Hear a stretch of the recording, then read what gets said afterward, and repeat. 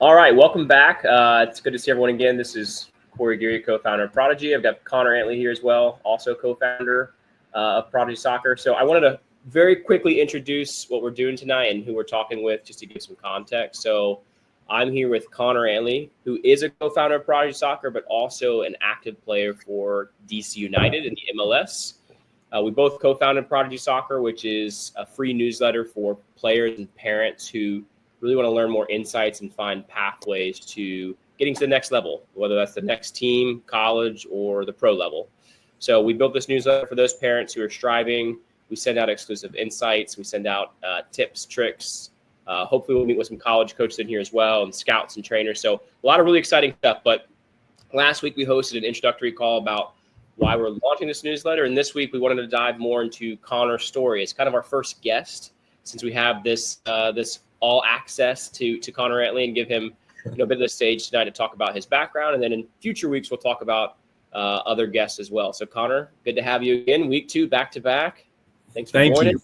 No, I'm excited. Honestly, I don't talk about my story that much or that often. But like you said, you and I are super passionate about helping young kids and helping parents kind of reach their potential and help their kid reach the potential that they can get to, and hopefully by sharing some of my story that'll help some parents and players, or inspire some parents and players. But yeah, dude, I'll start from the beginning. I grew up in a very competitive family. I have an identical twin brother, and him and I were always competing in everything. My dad was an athlete. He was a football player, though, and my mom was a dancer in college. So they didn't know much about soccer. They didn't have a big soccer background at all. So I'm not really sure how Ian and I got started in soccer. I just have memories of us when we were 4 or 5 years old playing at our local club in Coweta County in Georgia. We played for a team called the Coweta Cannons. Started off there. We played there for a few years, and I kind of shared this story a little bit last week, but being the competitor that my dad was, we had a game on Saturday morning versus the Peachtree City Lasers. So there was like Coweta County was here, and then Peachtree City was like right next to Coweta County. So they were like, I guess you could say our rivals at 6 years old, 7 years old. Yeah. And we lost 8-0 to the Peachtree City Lasers, and that was on a Saturday. And then Monday after school, like we get out, we go home, we head to soccer practice, and we head to the Peachtree City Lasers. We arrived at Peachtree City Lasers. So my dad was like, yeah, you know what? You guys are going to go play for this team, Yeah. Because he wanted us, he wanted us to be, I can touch on this a little bit later when we get into it, but he wanted us to be around just better players. He wanted us to be around better coaching, better players. So he thought by putting us in that type of environment would improve our game. Yep. So we played with the Peachtree City Lasers for a few years. And then our coach for the Peachtree City Lasers, he ended up getting fired for a reason, that was just not necessary. But he ended up becoming a coach for Concord Fire, which was another club in Georgia. So by this time, Ian and I were like 14, 15 years old. We played for Concord Fire for a few years. And then it got to the academy level where it was like U16, U17, U18 academy levels at Concord, which was a really big deal because you had to like try out for these teams. It wasn't like pay to play. So if you tried out for these teams, it was a pretty big deal at the time because you no longer had to pay for soccer. Your soccer was paid for, your travel was paid for, your hotel was paid for. So it was a really big deal just from a financial perspective for my parents. We didn't grow up with crazy money. And any parent of a child who travels for soccer knows that it's very expensive, especially when you got not just one, but you had 2 kids. So it was me and my brother. And so we made this team at U15, U16, played academy for a few years. It got to U18. And, around this time, this is kind of when you start going to college showcases. You start playing in like big tournaments all across the country, California, Florida, Texas, all over. There's college coaches at every one of your games. So we get to the U17, U18 academy level, and Ian and I were seniors in high school at the time. and we had to make a decision. They had come up with a new rule that if you played academy soccer, they would not allow you to play high school soccer. And Ian and I, we thoroughly enjoyed high school soccer. Like, we loved it. Not only did we have like a lot of friends on the team, but we selfishly, I think we just felt like we dominated high school soccer. So it was just so much fun for us. Like, we had a great time. So, man, we ended up leaving our academy team at U17, U18, and I'll touch on this a little bit more later about whether I think that was a good decision or a bad decision. But we ended up playing high school soccer our senior year, which was amazing. I think we had the best record that our high school has ever had. I think we went like 18-0-1 or 18-1-1 because we ended up losing in the semifinals that year. But it was a lot of fun. Season ended, and then it was like, okay, high school, you graduate, and then it's time for college. And this is where, I wish I would have had, a newsletter like what we're trying to put out, or I wish I would have had some guidance in this area of my career, because this was something that I really messed up big time. Because I was being recruited by some great schools, some ACC schools that were interested. There's not soccer for men's soccer is not very big in the SEC. I know Kentucky has a team. I don't know if there might be one other SEC school that has a team, but Kentucky was a school that was really interested in me. Their coach had reached out to me, and I was still such an immature kid at the time. He sent me an email, and he was like, "Hey, Connor, we'd love for you to fly up. We're going to book you a plane ticket. We want you to fly in." Kentucky basketball had a really big game that weekend at Rupp Arena. He was like, I got you and your parents tickets to that game, courtside, sitting at Rupp Arena, watching. If you know anything about Kentucky, like, their men's basketball program is a big deal. So anyways, I read this email, and I'm just such an immature kid. I didn't respond for like 4 days. I remember just didn't respond. And then my mom was a flight attendant for Delta, and I remember responding back a few days later, and I was like, "Oh, coach, like, thanks so much. Like, I can't wait. But hey, I don't need the plane ticket. My mom's a flight attendant for Delta, so I can fly for free. Like, I'll fly up there and like blah, blah, blah." And he emailed me back within like 15 minutes. It was like, "Hey, Connor, we've decided to go a different direction." And I know 100% that just had to do with my lack of communication in that scenario, not being mature enough to know what to do there. Because, like, speaking with college coaches is not something that you're taught. It's not something that people talk about a lot. I was a 17, 18-year-old kid at the time. This was, to be completely honest, it was a scary situation for me, like, talking to these college coaches that are trying to offer you like thousands and thousands of dollars to come to their school and play. It was intimidating. It was scary. So I really butchered that moment. And so I was kind of stuck, and I didn't know what to do. Whereas my brother Ian, he had already committed to a Division I school in Georgia. He committed to Mercer University to play soccer there, was put on an unbelievable scholarship there. And so he was already committed, and I had just messed up a huge opportunity for me. And so I didn't know at the time, like, what I was going to do.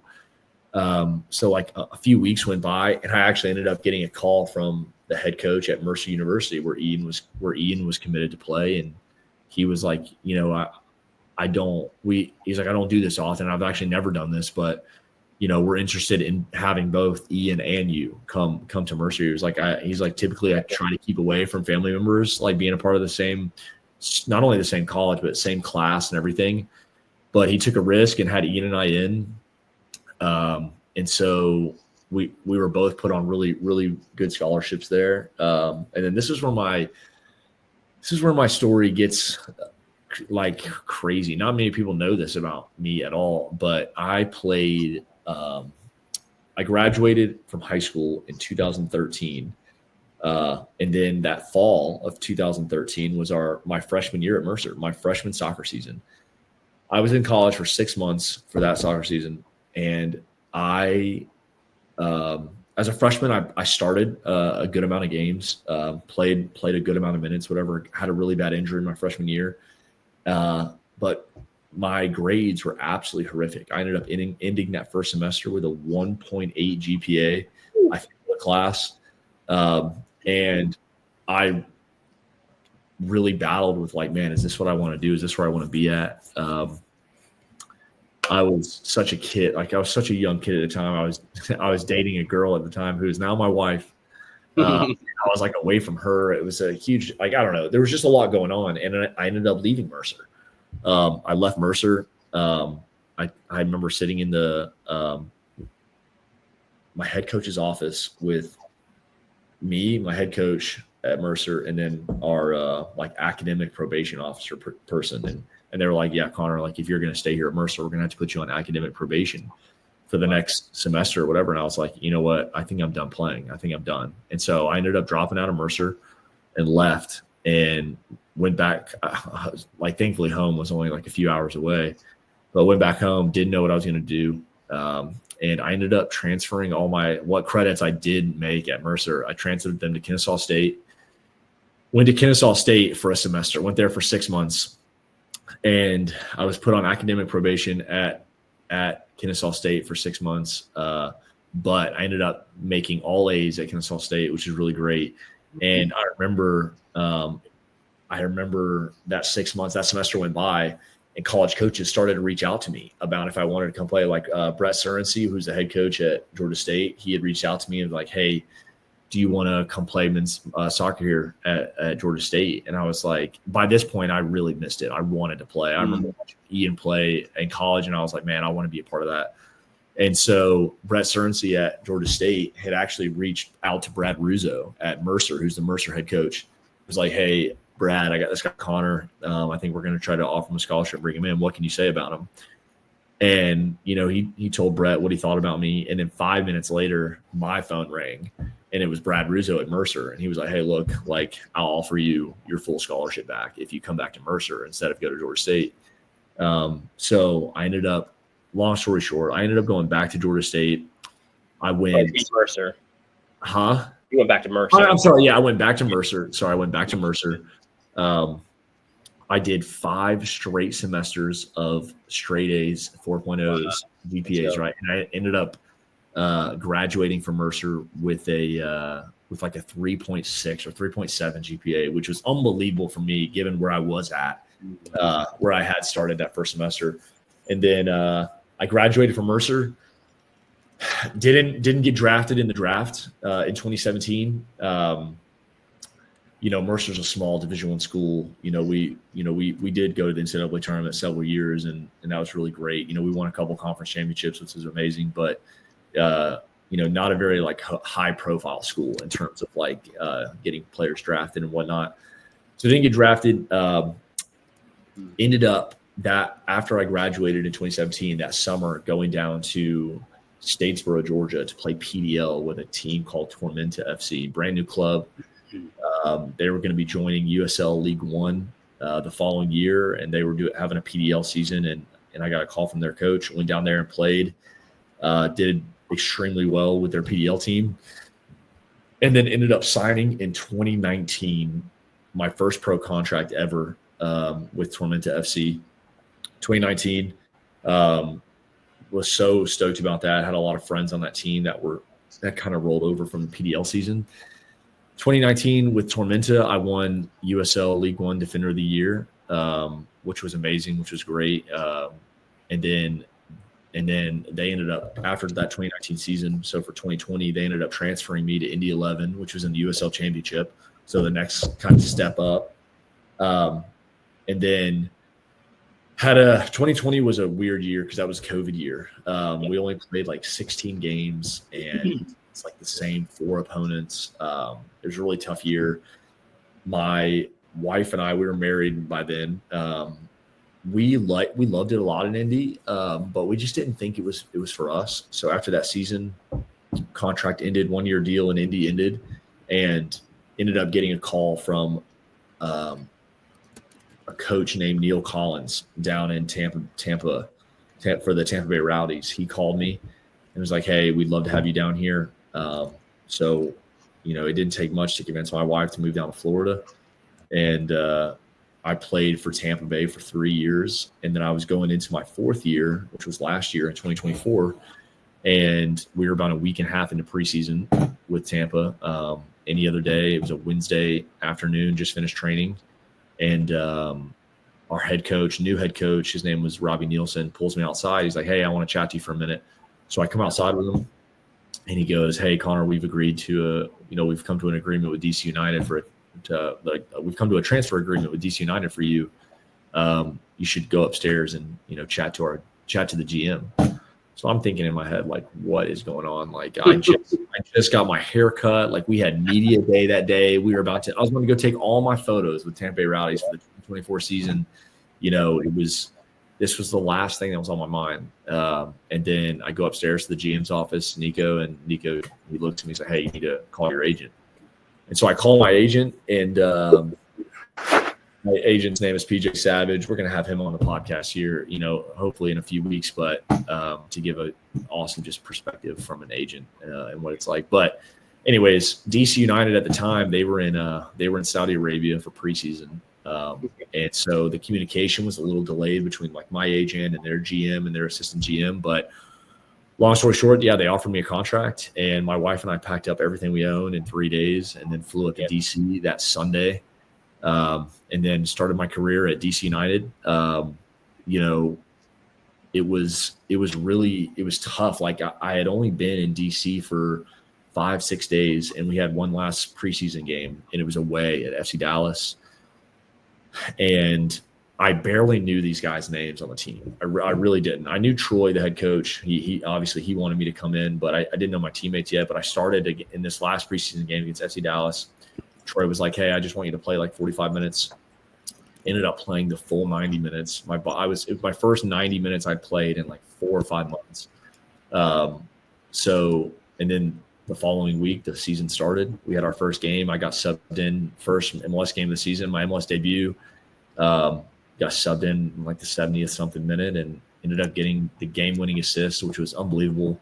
And then, unfortunately, about 8 games later, in Atlanta, where I'm from, tore my ACL in the 92nd minute against Atlanta United, and then had a whole year off pretty much. And then in 2025, I just started playing again I just started playing about a month ago. So I've got about like 4 or 5 games under my belt this year, but I'm 30 years old now and still grinding, still love the game, but, super passionate about helping other people and their own individual journey. There's a lot that comes with, everyone's story is different. And I know from my own individual struggles, whether it was talking to college coaches or, even just the struggles with my injury this past year, like tearing my ACL, those are things that I've gone through and grown through and feel confident enough to like really help people through those. So that's something that I'm super passionate about. Yeah, it's good, man. Well, I'm glad we went through that whole story because I know that there's a lot we didn't get to cover last episode, mainly because we were talking about launching the podcast, but people may not know this, but I've known you most of your life since high school, which is why this is so exciting for us. But I've seen a lot of those stories. Some things I still don't know. Like I genuinely did not know about Kennesaw. So it's, it's a cool part of your story, and the resilience piece is amazing. And I do know that you turned down opportunities to go work at Chick-fil-A. So that's a whole other, like during that whole period through like after I graduated from high school and trying to figure out where I was going to go to college, I was working at Chick-fil-A the whole time. And I remember like before I left to go play PDL when I graduated, before I went to go play PDL soccer down in Tormenta in Statesboro, I had a meeting with our owner operator at Chick-fil-A because I'd worked there for like 5 years by then. And he was like, hey, look, like, I really want you to follow your dreams and like go play soccer. But at the same time, I want to offer you the general manager position here at the store and like pay you a very and if you know anything about professional sports, like it's very, it's stable yet unstable. Like you could be kind of like, I jumped around from team to team to team for 3 years. And it's tough. Like moving stinks. Like my wife hates moving. I hate moving. It's, you're contracted sometimes for 2 years, sometimes for 1 year. You don't know if you're going to be in the same place for the following year. Like it's a lot of uncertainty. So having a job and a salary kind of on the table that was like really certain felt really safe. But I ended up telling him no. And I still have a great relationship with Ronnie to this day. He was the owner operator of the store. But I ended up telling him no. And I just felt like, when I am done playing one day, that's something that I may, if I want to, like always have the opportunity to go back and do that. There's a really cool article in the Washington Post actually about this whole Chick-fil-A story that they did on me a couple of weeks ago. But yeah, he ended up obviously encouraging me in anything I wanted to do. And I went down to Statesboro to play. And if I wouldn't have done that, then I would not be here talking to you about DC United or anything like that. I'd have Chick-fil-A in my hands. Listen, I'd have my own store. I'd probably have my own store by now. And who knows where it would be. But I know I would not, have been able to experience everything that I've been able to experience the past few years, which is, what I think I love the most about my story is like just the teams I've been able to be a part of, the coaches I've had, the GMs I've had, I don't know, man, just the preseasons I've been able to be a part of. Like this past preseason with DC United we went to Florida for like a month, and it was just incredible. Like I talk to my brother Ian all the time, like going back to Ian. I mean, Ian doesn't play anymore, but Ian did play pro for a few years for the Richmond Kickers. But Ian and I talk about this all the time. Like I ask him, like, what do you miss most? And it's not the games, it's not the goals or the assists or the clean sheets or whatever. He's like, man, I just miss being in the locker room. I just miss like being with the guys. Like I miss like traveling, road trips, airplanes, like, whatever it was. You can't replicate that kind of stuff. And so I know anytime I even try to start taking things for granted, like I think about my brother Ian and how he would die to be kind of in the position that I'm in right now. So I'm definitely thankful to be, in the spot I'm in. Yeah, it's good, man. Yeah. Well, it's obviously very inspiring, and I'm excited to kind of break this down even deeper for everyone so we can dig into some of the weeds. But let's rewind. I want to go through youth and then going through that academy decision of high school and academy and then recruiting at college. I want to go through a little bit deeper of what the college experience is like playing, and then love to obviously dive into the not being paid so much playing and that decision, and then obviously 100%. paid and playing at DC. But let's go way back. Let's go way back to the youth soccer days. So I know we touched on this last week a little bit, but parents, it feels like parents have a lot of questions when it comes to what teams their kids should be playing for. And there's obviously a lot of decisions about they're not getting enough playing time, or they're not getting enough experience, or they're not clicking with the team, or the coach may not be good. There's all kinds of environmental things around kids soccer. And the question I always get is, should we stay or should we go look for another club? And we see it all on the internet. So like, you did it as a kid, obviously, and it seems like you did it because your dad made the decision for you once, and then a coach was there to kind of guide you to an incredible club in Atlanta, Concord. Yeah. What do you recommend to parents who are kind of debating that decision? Yeah, that's a great question. First of all, like, I think it all comes down to the player as well. I was talking this morning actually to a guy who is a academy coach for the Pittsburgh Riverhounds up in Pittsburgh. And he was telling me he was on the phone. He had just got off the phone with a parent of one of his players for like 40 minutes. And the parent called him to talk about why his son wasn't playing more, or like why he wasn't getting more minutes. And like, apparently this kid plays a lot too, like majority of the game. Like he plays majority of the game. And the parent's on the phone talking about like, my son is so bought in, like he comes to every practice, he's at everything, blah, blah, blah. But the week before, he decided to miss one of their like big games they had so he could go to prom. And like these are things that are like that may seem like little and stupid, but how bought in is your kid? Like how bought it? Because if you, as the parent, if you're making excuses for your kid, like there's no excuse. Like if you got a big game with your team, you're not going to prom. Like prom, nah, we're not talking. Especially if you're at a level where you're playing at like. Especially, exactly. These are not like young kids. These are like 16, 17, 18-year-old kids. These are like men, they're old enough to kind of, if your kid is serious about wanting to play at the next level, or he's serious about wanting to play in college, then the biggest roadblock that he's going to have is probably you as a parent making excuses for him, because if he was in the right mindset, I understand. I want to go to prom too. Everybody wants to go to prom, but think about the next like 15 years of your life. Like think about really what you're setting yourself up for. But I just thought that was a funny story. Yeah. But I think that's one of the most common questions I get. I do a lot of like individual training sessions with kids, and parents, like they love to talk, they love to ask questions, especially me. Like a few of them know my story and they just kind of want to pick my ear about things. And one mom recently is talking about her daughter and how her daughter is just the star of her team.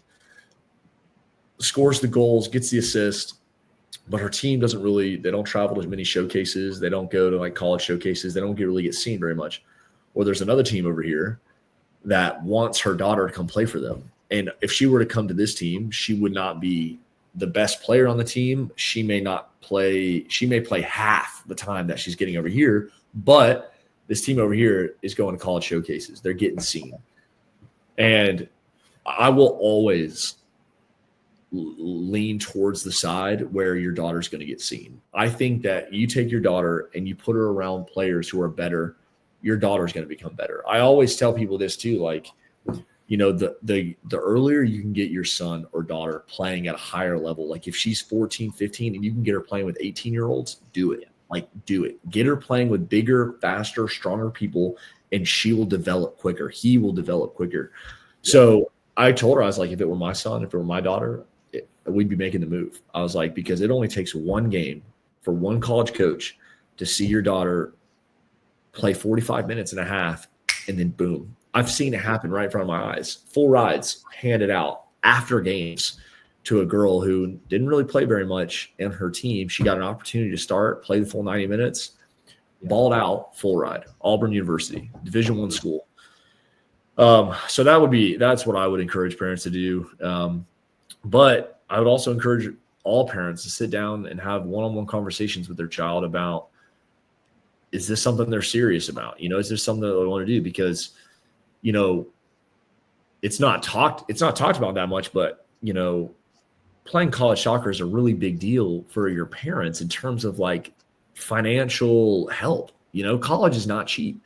My junior and senior year, Ian and I didn't have to pay a dime for college. It was, and we went to it was a private Division I school. Like it was like 50, 60 grand a year to go there. And I think like our freshman, sophomore year, Ian and I had to pay for books and maybe like a couple other things, but it wasn't anything crazy.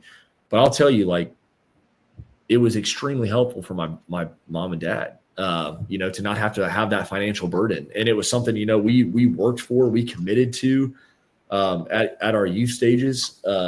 But challenge parents, sit down with your kid, talk to them.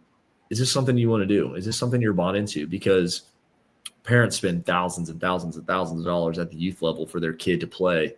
And then I get, it's obviously too, it's okay if they don't want to go play in college, no big deal.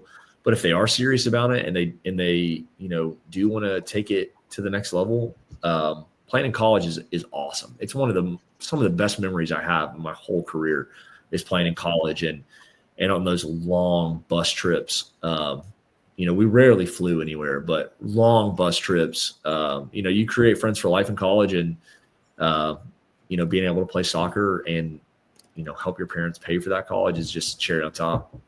Yeah.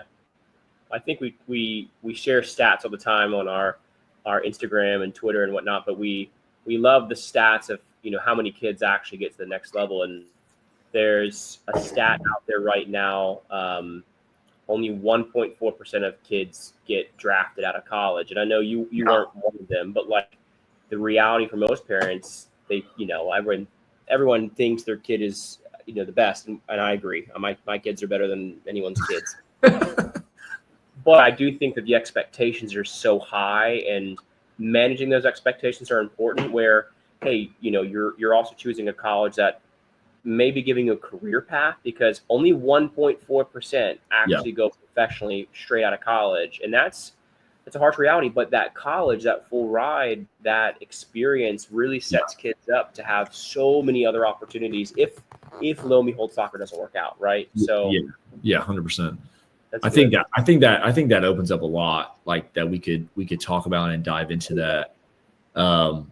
because like, I mean, I have a degree as well. I graduated with my bachelor's degree in business management with a minor in finance. Ian ended up staying and getting his master's at Mercer, which is incredible.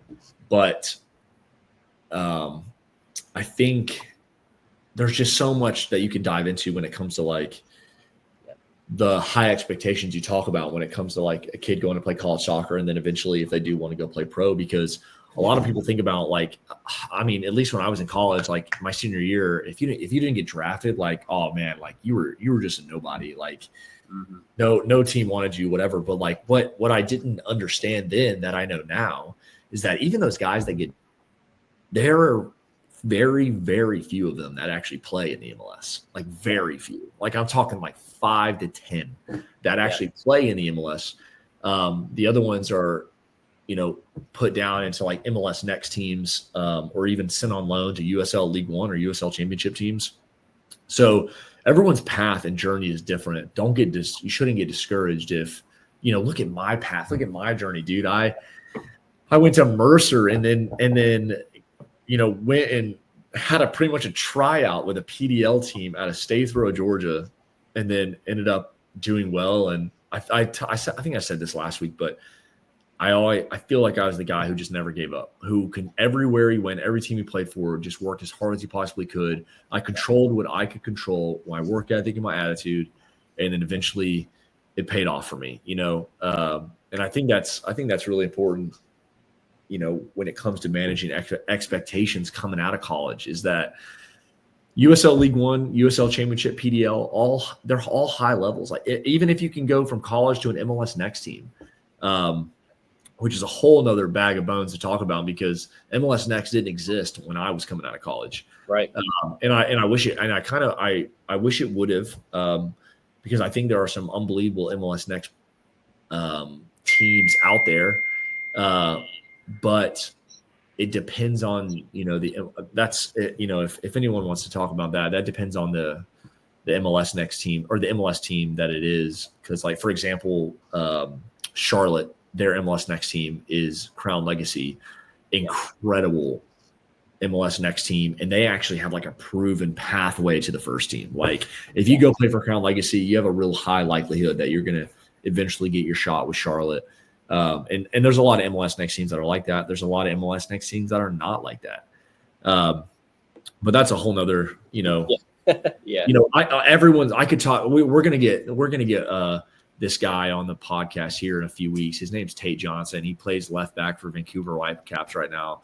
And he's got an incredible story about how I played with him in Tampa for a few years, and his dad played in the MLS. So he's got a real mature soccer guidance with him, but he signed an academy contract with us in Tampa, left us because his dad didn't want him to sign a pro deal with us. He ended up signing an MLS Next pro deal with Crown Legacy for a year. Didn't really work out. Went to UNC for 2 years, got drafted this year to a Generation Adidas contract by Vancouver Whitecaps. He was 17th overall. And the dude's been playing like every minute of every game for Vancouver. He's 19 years old and was going up against Messi a couple weeks ago. All that picture, incredible story. We're going to get him on because I would love to talk to him because he's for his age, 19 years old, like super mature dude, super mature player at that young age. I mean, 19 years old. I was in Statesboro. I was playing for Tormenta, making like nothing. I know we're going to touch on the financials in a little bit, but. Yep. Like I was making nothing. Whereas like if you do have, Tate's a perfect example of somebody who has good guidance, who is people have been pouring into him who know what they're talking about and can really help him make a really good decision on what's best for him.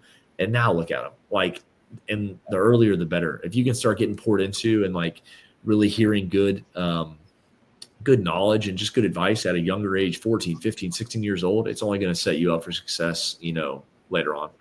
I agree. I'm excited. We have a list of names of people we want to talk to. And I think Tate is a great example of someone who has, an incredible story that I think there's probably many lessons tied in there. So, oh yeah, 100%. So that's good. But let's kind of pick through now your youth career, you start moving up into the Concord Academy. Obviously, Concord Academy is known as Concord Fire. They're known as like one of the elite clubs, if not the elite club in Georgia. And you got a chance to play there. I know that you had some teammates or players around the club that also have gone pro since then. But you got to a pivot point in your career where you're U18, you got to choose between high school or this club team that has obviously so much pro potential. Yeah.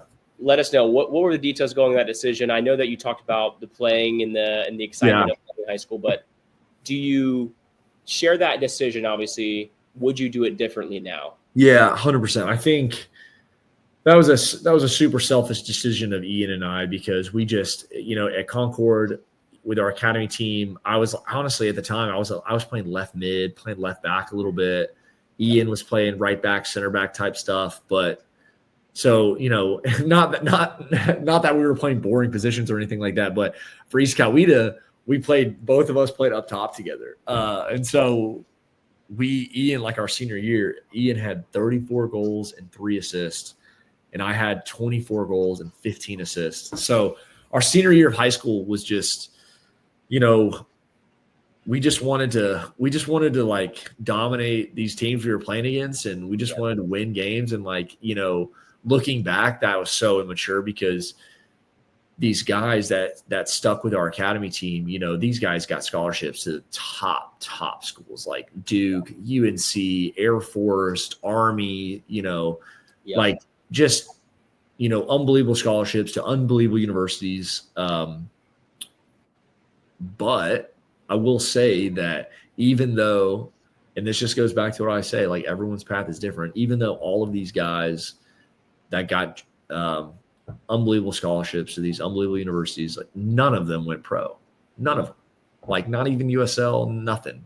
But I think if I would have stayed on that academy team, my senior year, me and Ian, our U18 year, there definitely would have been the potential and the opportunity to go to another university. Like we had a couple guys go to Clemson. We had a couple guys go to Wake Forest, like just top ACC schools, right? Where, you don't even have to play that much at Wake, UNC, Clemson, and you're getting drafted. Like these guys, some guys that get, would play 20, 30 minutes a game are getting drafted in the second, third round. Whereas like looking back, like even my senior year at Mercer, like I was better than these guys. I was better than some of the guys at Clemson, Wake, UNC, all these top schools, but I wasn't getting seen. Nobody was coming to our games. Whereas like these top ACC matchups or the ACC tournament, all these college scouts or pro scouts are there.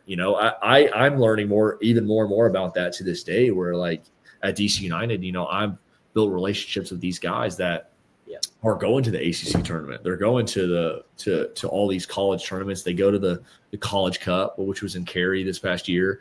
They're actually watching these guys. So I never had that type of that type of publicity or that type of show when I was in college. But I do think if I would have stuck with the academy and done, because it was one of those things that was like, man, in your heart, you knew that was the right thing to do. But in my mind, I was like, oh no, I want to do this. Like I want to play high school, like, and at the time, I don't even think, even when I was in high school, even playing academy, and I don't think even at that time, pro soccer had creeped into my head. I don't even think then. It wasn't until I was at Mercer, like my junior, senior year, where I was like, I think I can play pro. I think I can. So it's probably that the fact that I wasn't even thinking about it my senior year of high school. I was just thinking about going out and dominating other high schools and having all my boys painted up in the stands and just stuff like that. But I would love to sit down and have conversations with anybody who's either struggling with a decision like that or has something that they think is similar that they're dealing with, because 2020 hindsight and looking back, I definitely think I would have made a different decision. But it's tough to say that. It's tough for me to say that now, given where I'm at. Well, and I think too, it goes back to your comment earlier about parents checking the commitment levels of kids. Like at that time in your life, you were committed, but you were very interested in probably the success of soccer. But I think Yeah, that's that balance, right? Prom or pro path. And even if 100%. you don't, even if you chose prom or you chose the high school path, it's still possible. It's just Yeah. probably a harder path to Oh do. yeah, 100%. So I love that perspective. With that being said, I'll take a quick pause just so everyone knows. In the newsletter we send out every single week, Connor has a link there where you can book private time with Connor. We have 30-minute consulting sessions with him where he can sit down and advise you on you as a player or you as a parent who's coaching a player or both together or all together. So Connor's there to help on a one-time basis if you want, and then he also does 12-month mentorships too. So I wanted to throw that out there. At the very bottom, there's a link if you ever want to spend time with Connor, and hopefully we'll get other pros and experts and mentors in there. But for now, he's there as a resource. So got to subscribe to get that, obviously. So newsletter's free. Subscribe, and that link's at the bottom there. Connor, kicking back into the college aspect, right? So you chose high school. You still ended up getting into a great college. You got an immersed. We've heard a little bit about that story. I would love to hear about that recruiting process. I know that the story of Kentucky is a really I find it funny now knowing where you're at and like Kentucky, but like what else is going on? Obviously, there's a lot of monotony around like highlight tapes. I see so many Twitter pages and come to me like what is the recruiting process really like, and what should parents and players really pay attention to? Yeah, this is something that I think I touched on it, but like I had no guidance on this whatsoever. I had never made a highlight tape in my life. I actually thought highlight tapes were just the worst thing in the world. Like, who just goes and takes? Like early 2010s, to be fair, YouTube was like just becoming a thing, and they were But in my mind, I'm just thinking like, who goes and takes just all their highlights, like all their good times, and then puts them in a video and then sends it to the coach? Like, I just don't. Honestly, I still struggle with it a little bit. It's like if I was a coach and I'm recruiting a player, I'm watching games. Like I'm watching full games. Highlight videos are great, and they are an unbelievable way for coaches to see your ability and see what you can do. But I think coaches at these top universities now, like I know a few of them personally, and the head coach at Clemson, for example, like I know Pat Newton is watching full games of these players. Like he will watch highlight tapes, and if he is, I think what a highlight tape does is it sparks the interest of a coach. Like you send your highlight tape to a college coach, and they see it, and I think they're like, okay, that may be somebody we can use. And then if it does spark their interest, then they dive a little bit deeper and they start watching a full game, because I think only when you watch a full game can you see the context of where the highlights kind of came from. Yeah. So I think watching a full game is really, really important. But I have become I think a huge benefactor of creating a highlight tape to just get your skill or your ability in front of college coaches' eyes. Yeah. There's a lot of sites out there now. I actually, in our next newsletter, I'd love to throw one in there, but there's a lot of sites out there now where you can send them a billion clips and they'll actually throw your highlight video together for like $50 or $100, which I think is incredible. Because if you're like me and you're not very like savvy with the computers or the highlighting the player and all this stuff, these people are, and I think it's a really great tool just to make your highlight video a lot easier to watch. But my recruiting video, I mean, my college recruitment was terrible, man. Like I said, I touched on it earlier, but so poor with communication, so poor with emails, so poor with on the phone type stuff. Like I was such a child in terms of like picking up my phone and calling a college coach or emailing a college coach. Like and now looking back, it's so childish because like, how easy is it to just copy and paste? You can copy and paste and send the same email to 100 coaches. Yeah. But, I will encourage, and this is something that like I would love to talk to athletes who are maybe going through this process, like one-on-one, is like, man, take that stuff extremely seriously. Like, these college coaches are, their jobs are on the line too. They're investing time, they're investing scholarship money on you. They want to hear from you. They want to talk to you. And I wish I would have known that at an earlier age. Because like I said, I really butchered it with the University of Kentucky thing. And I think, I mean, I don't think about this a lot, but I have thought about this before about like, man, where would my life be if I did do that? If I did go to you know, like anything from soccer to like, would I be married to my wife right now? Just there's a lot that you can think about with that whole situation, because the University of Kentucky, because it is an SEC school, they benefit from all of like the football money that SEC program gets. And I'm talking like the kit man who was the kit man for Mercy University for me at the time, he's now the kit man at the University of Kentucky for men's soccer. Oh, that's funny. And I see his Instagram all the time. And like when these new athletes show up, like the freshmen, when they show up for preseason, they get more stuff than we do as pros. They get more gear. They get like 4 boxes of cleats. They get like running shoes, like non-running shoes, flip-flops. Like, dude, they get 17 t-shirts, 6 jackets. Like, you know, and not every school's like that, but because Kentucky's got SEC money, they are definitely like that. And I really ruined that opportunity, man. And I felt like such a child. I felt so immature after that moment because all this college coach wanted to, like, dude, he had booked the flights. He had hooked up the courtside tickets. Like, he had done it all. I just had to respond. I just had to talk to him. And who knows, I may have gone there and hated it and not gone to the University of Kentucky. But at the same time, you know, it would have been an incredible experience. And I think the more and more experiences that you get to go through, the better understanding you have of where you want to go to college. Because for me, when I committed verbally to Mercy University over the phone, and I'd never even been there. I had literally verbally committed just because Ian was going. Ian had been there on an official visit with my mom and dad. He'd gone, checked it out, everything. I was panicking, never even seen the school. I couldn't point it out on a map.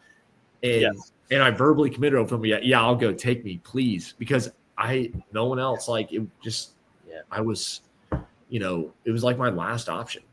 Mm-hmm. So I think, you know, the more visits you can go on, even if you maybe have to like pay for the visit, the more visits you can go on, you know, the more college coaches you can speak to, the more you can really get a feel. And I definitely recommend going to the school and getting a feel for yourself, you know, getting a feel of what student life could be like or where you may be living at. Because that all plays into the role of like the university. Like, do you want to go to a big school or do you want to go to a small school? You know, my buddy who I played at Concord with, Henry Chancey, he went to Ohio State University, one of the top 3 biggest universities in the country. It's got like 60 or 80,000 students there. And I went to Mercer and we had 12,000. So it's completely different, you know, completely different. Some people like the smaller, more intimate setting, you know, where you pretty much know everybody on campus. And then some people like the setting where no one knows who you are. And, you know, it's massive and they got big football teams and whatever it may be. It's all about what is your, you know, fit for you. But I wish that I could help as many athletes as I could with that process, because I do know how stressful it is. I do know that it's a bit nerve-wracking, you know, talking to a college coach and, you know, trying to convince them of why you should be there. But it doesn't have to be. Like, and if you're prepared, it won't be. Yeah. So, you know, stick at it. Reach out if you have any questions. Yeah, it's good.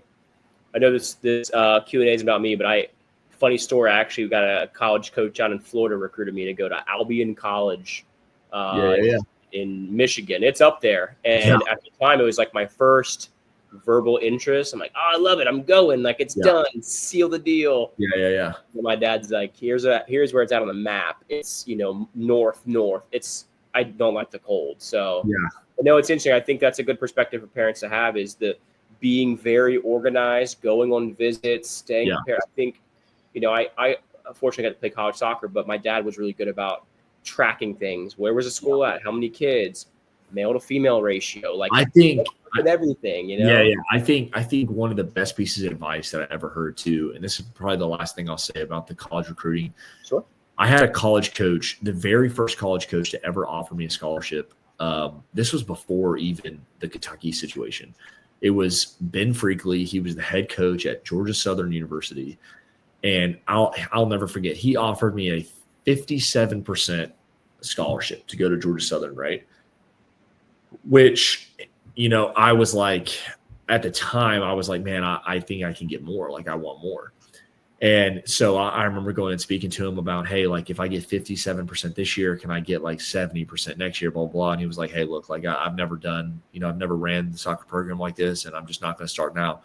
He was like, if I can just give you any advice, it would be to go to the program, go to the soccer program that wants you the most.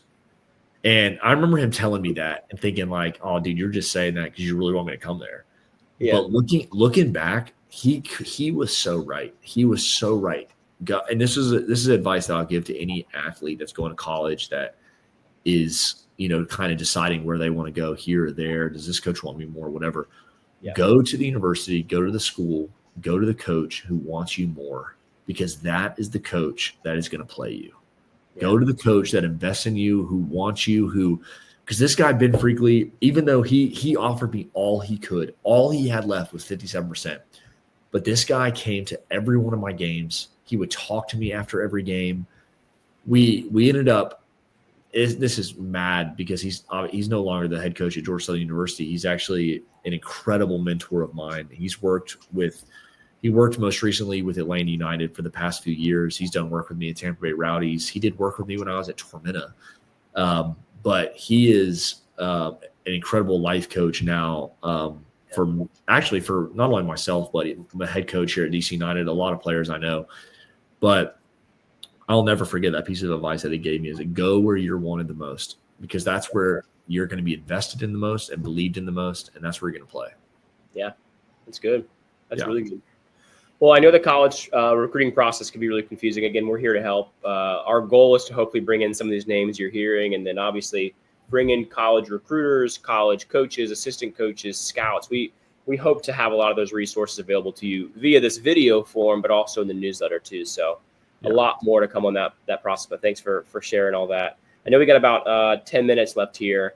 I want to get to the fun part here, which is your pro experience, obviously, because that's what a lot of young kids are aiming for. But I want to quickly give the statement here that I love to announce, and I tell everyone to build the statue already. You are the first player in United States soccer history to play every level of pro soccer. I mean, to me, it's baffling because you think that already exists, but you literally climbed from not getting paid $1 to play pro soccer up to now standing in front of the crowd at, 4-time MLS champion DC United. Tell me about, that's a crazy experience. Tell me about what it feels like to now be a pro and like what that process has been like. Yeah. So crazy being that the player, and I'm super proud of that journey, like being the only player in U.S. soccer to kind of climb through the tiers, because when USL League One started in 2019, so I was a part of their inaugural year, won their inaugural MLS Defender of the Year, and then 1 year in that league, and I was like, I kind of want to make the jump to the USL Championship. Yeah, made that jump. And then obviously I spent 4 years in the USL Championship before I got a shot in MLS. But, with every level, as you can imagine, with every level, starting in League One to the MLS, like it gets a little bit better at each level, not just finances, travel, food, whatever it may be. So like in League One at Tormenta, I think, dude, I was making like – dude, I think I was making like $22,000 a year is what I was making at Tormenta, right? And keep in mind, I was in Statesboro, Georgia, where my rent for like a brand new construction 2-bed, 2-bath apartment was like $700 a month. Wow. So, but anyways, after that, you make the jump to the USL Championship. The money gets a little bit better, not crazy better at first. Like in Indy, I don't care about these numbers either. I don't mind sharing them just because, say them in the humblest way possible, because you won't find anybody in the MLS who's like more grateful for what I now have because of what I've been through. So like in Indy, when I got to Indy, I think I made like $32,000 in Indy. By the way, you were married, and I think you had just had your first daughter, right? Like in Indy, my oldest daughter Ava was born in Indy. Yeah, so now I've got a wife and a child. I'm trying to support them. In the USL, so in League One, housing is not provided, but in USL Championship, housing is provided. So you get like your salary, my $32,000, and housing, which is nice because housing is not cheap. But then, I've got a daughter now, family to provide for. So we spent 1 year in Indy, went down to Tampa, signed for more my first year in Tampa. Like my first contract in Tampa was a 2-year deal. And I think the first year, I still have screenshots of these contracts too. They're so crazy because like in the USL, your contract in the USL is like 1 page, whereas like in the MLS now, it's like 50 pages. Yeah. Anyways, so I'll never like I have these. I think in my first year in Tampa, I made like 40 grand. And then my second year in Tampa, I made like 50. And then my third year, I think I made 55 or 56. Yeah. As you can imagine, the bonuses get better every year, or at each level. So that was all relative too. Like you took a few years there where you weren't getting paid, and I think if somebody left college and went straight into a job, they may be making 40 or 50 or 60. Oh yeah. But you had 3 or 4 years where you were really sacrificing, basically not making anything. I mean, my wife, when we lived in Statesboro, Hannah was a full-time nanny for this family, making triple my income. Like she made triple. We were living off her, dude. Like my income like paid for rent and lights. Yeah. Like we were like I wouldn't be able to be here without her. And like her sacrifice through all that, which that's a whole nother topic to talk about. But that's for sure, man. You're definitely not. It's not even the fact you're not making money. You're not saving money either. So anyways, get to Tampa. We loved living there. Housing was really great, and salary was getting better and better for what we thought. And then finally, I get a shot in MLS, and then at DC, or the MLS has like a really great players association, and when you get into the MLS too, they have like senior minimum deals. So there's a minimum amount of money that guys get paid, but it's not even just that. Like, the senior minimum is great. Like, I don't know, I make 6 figures, whatever, but it's really the bonuses. Like I get this month alone, I made what I used to get for a whole year in Tampa in bonuses. Like this month, which is, it's not, we also had 9 games this month, so it's not always like that. But there are levels, there are levels to that. But I have a teammate here with me now at DC who kind of has a similar story to me in terms of like really grinding. This guy went to a Division II school. It's actually who we're hoping to have on the podcast next week. This guy went to a Division II school in Oregon.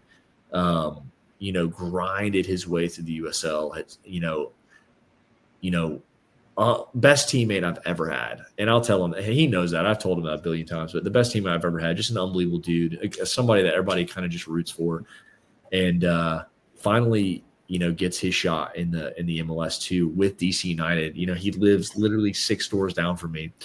And we talk about this all the time about how like nobody, and I'm telling you, nobody is more grateful than him and I for what we are provided with here in the MLS, whether it's the food we get fed, the chartered flights, like before and after games. Like, in the USL, you leave for a game on a Friday at like 11, 12 o'clock, you leave for the game, get to the hotel, you play Saturday night, and then, you leave Sunday morning at like, sometimes it's at like 5, 6, 7 a.m. And then you have like a connecting flight to get home, and you don't get home until like 5:30 at night, 6 o'clock at night.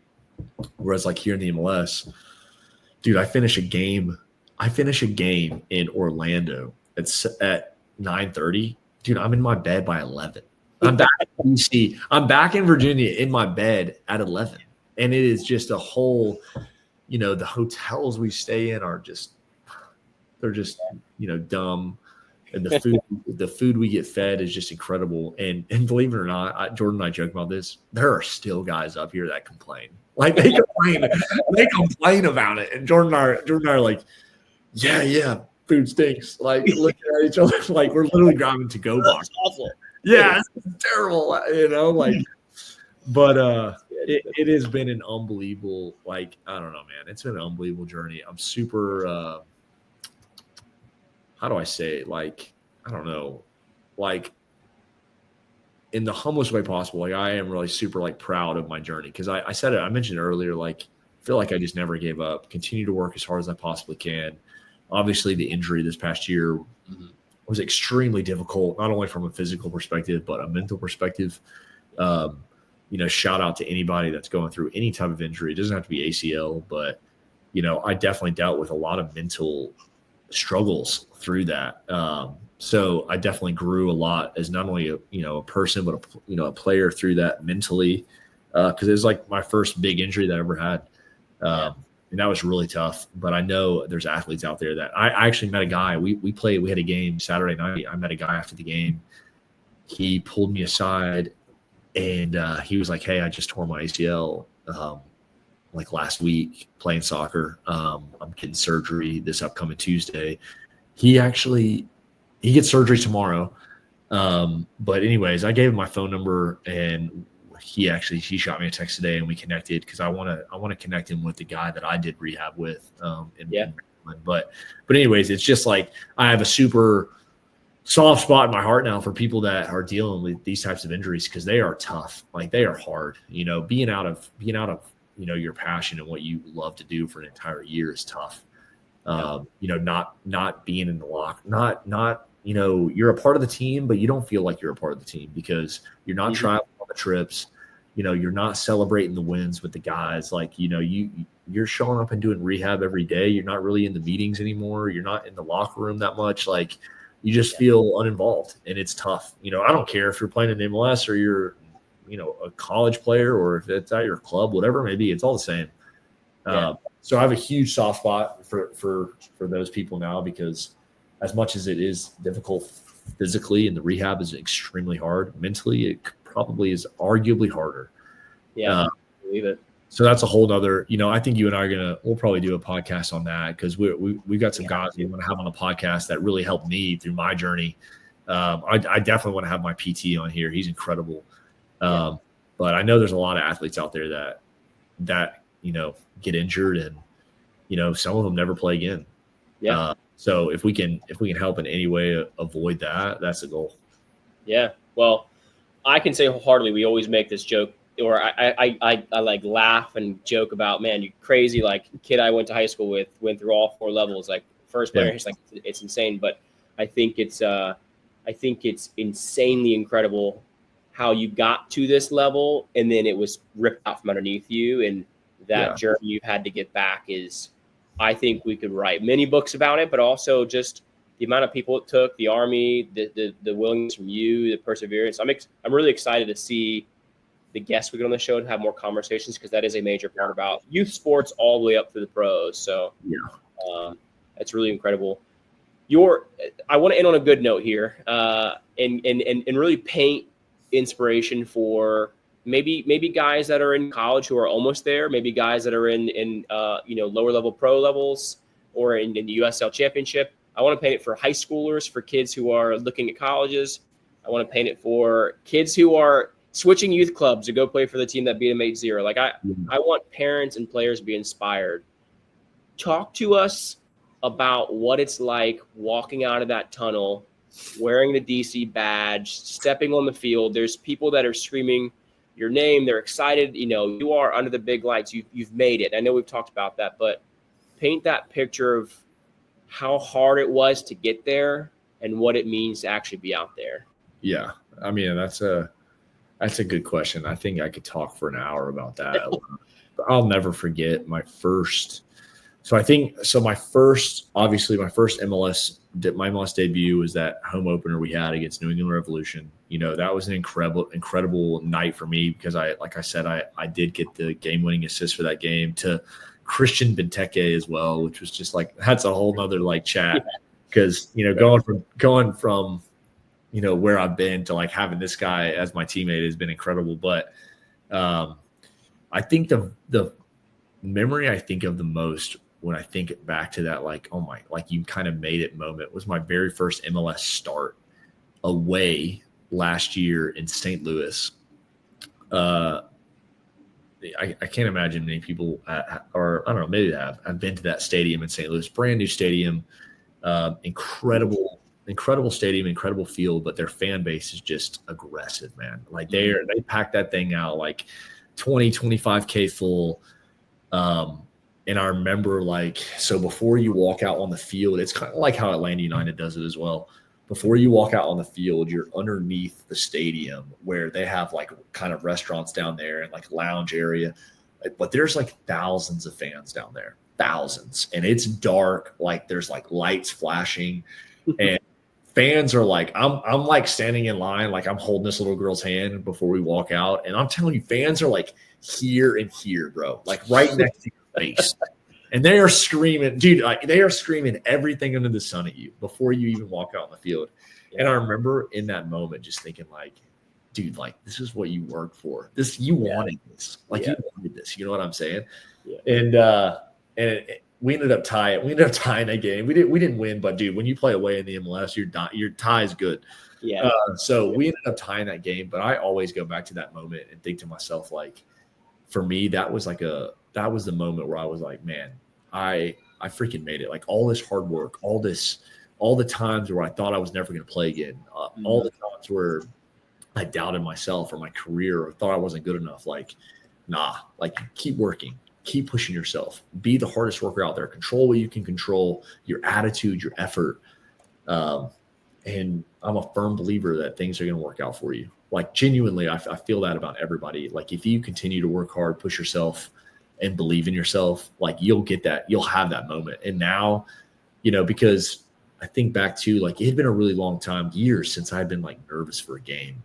But I remember that before that St. Louis game, I was nervous. Like I was nervous. Like I was nervous in a good way, but also just nervous. Like, man, this is new experiences. You haven't gone through this before. You haven't started the bus game yet. Like you haven't been in this tunnel, with guys shouting at you, whatever, but at the same time, it's like, this is what you worked for. This is what you wanted. Yeah. Go get it. Yeah. So that's what it's like for me. Good, man. It's good. That's really good. I always talk through that idea of walking out on the tunnel. I mean, it's like to see the big leagues like that. It's insane. I imagine some of those. Honestly, it never gets old either, dude. I'll be honest. It never gets old. Yeah. But it's also too, like last year, because I got injured, like I didn't get to experience like playing away at a lot of these cool places. Like we were just in Nashville last week. Never played there before. So this is a new experience for me. Like we were in Toronto a few weeks ago, and both of those, like walking out of the tunnel, man, fireworks flying up. There's fire on both sides of you. Like, those types of things give you chill bumps, man, still, like when you're walking out. Like it's cool. Like it's awesome, really. Like it really is.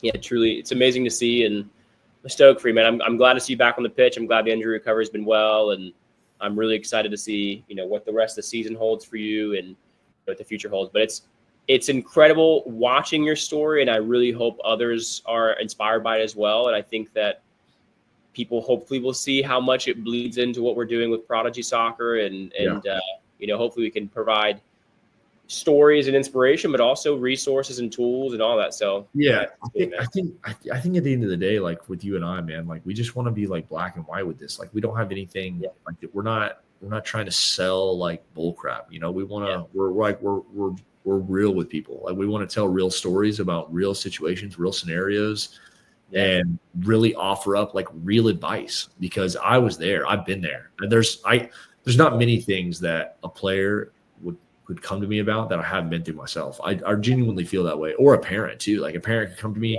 I don't think there's a single question a parent could ask me that I wouldn't be able to give you a confident answer in. So that's why, like once again, we talked about this a little bit last week, but like, it's one thing being able to help a parent every now and then when I do individual training sessions, but like if you can really, reach out to so much more and help so many more people, like that's what we want to do. Yeah. Yep. We absolutely do. Well, I appreciate it, man. It's I love hearing your story. It's always good to hear it, and I'm excited that we got to do this today. But we'll obviously be hearing from Connor. He'll help co-host a lot of these sessions as well in the future, and I'm sure we'll do more videos with you in the future as well, different topics. But for everyone listening, just really quickly, don't forget to subscribe. I know it's on YouTube. We obviously want to grow and get this message out to other people. The newsletter link is in the description, so you can subscribe there. And then obviously, if you can like it, it'd be great too. But we have an Instagram page should be linked, and all the other pages we have. So our goal is to just grow right now and get as many messages out. if you want to see somebody on the podcast, maybe tag them. That'd be exciting to see if there's any other topics you want to talk through. But for us, just so you know, we plan on talking to other pro players, USL pro players, college coaches of all levels, trainers. We've mentioned things like your PT and surgeons, and we really want to talk to everyone to give you all the full picture and what you can expect at every step versus guessing. So that's our goal. But we really appreciate all of you joining, and hopefully this is valuable. And we look forward to next episode. Thanks, Connor. Yep, Corey. Thank you. See you, man.